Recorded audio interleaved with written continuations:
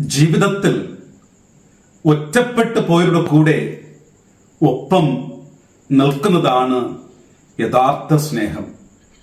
ഒപ്പം നിൽക്കുന്നത് അവരെ ശക്തിപ്പെടുത്തുവാനും നന്മ നിറഞ്ഞ ജീവിതത്തിങ്കിലേക്ക് കൈപിടിച്ച് ഉയർത്തുവാനും വേണ്ടിയാണ്.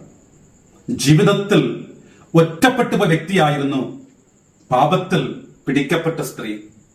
ലോകം മുഴുവനും അവളെതിരെ തിരിഞ്ഞപ്പോൾ യേശു അവളോട് കൂടെ ഒപ്പം നിന്നുകൊണ്ട് അവളെ ശക്തിപ്പെടുത്തുകയാണ്. മേലിൽ പാപം ചെയ്തെന്ന് പറഞ്ഞുകൊണ്ട് നന്മ നിറഞ്ഞ ജീവിതത്തിലേക്ക് അവളെ നയിക്കുകയും ചെയ്യുന്നു.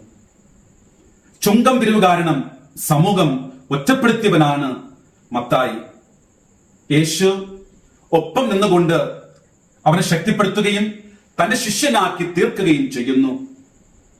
ഒറ്റപ്പെട്ടു പോയവരോടൊപ്പം നിന്ന ഫ്രാൻസിസ് അസീസിയെ ലോകം രണ്ടാം ക്രിസ്തു എന്ന് വിളിക്കുന്നു. ഒറ്റപ്പെട്ടു പോയവരോടൊപ്പം നിന്ന മദർ തെരേസയെ അലിവിന്റെ മാലാഖി എന്ന് വിളിക്കുന്നു.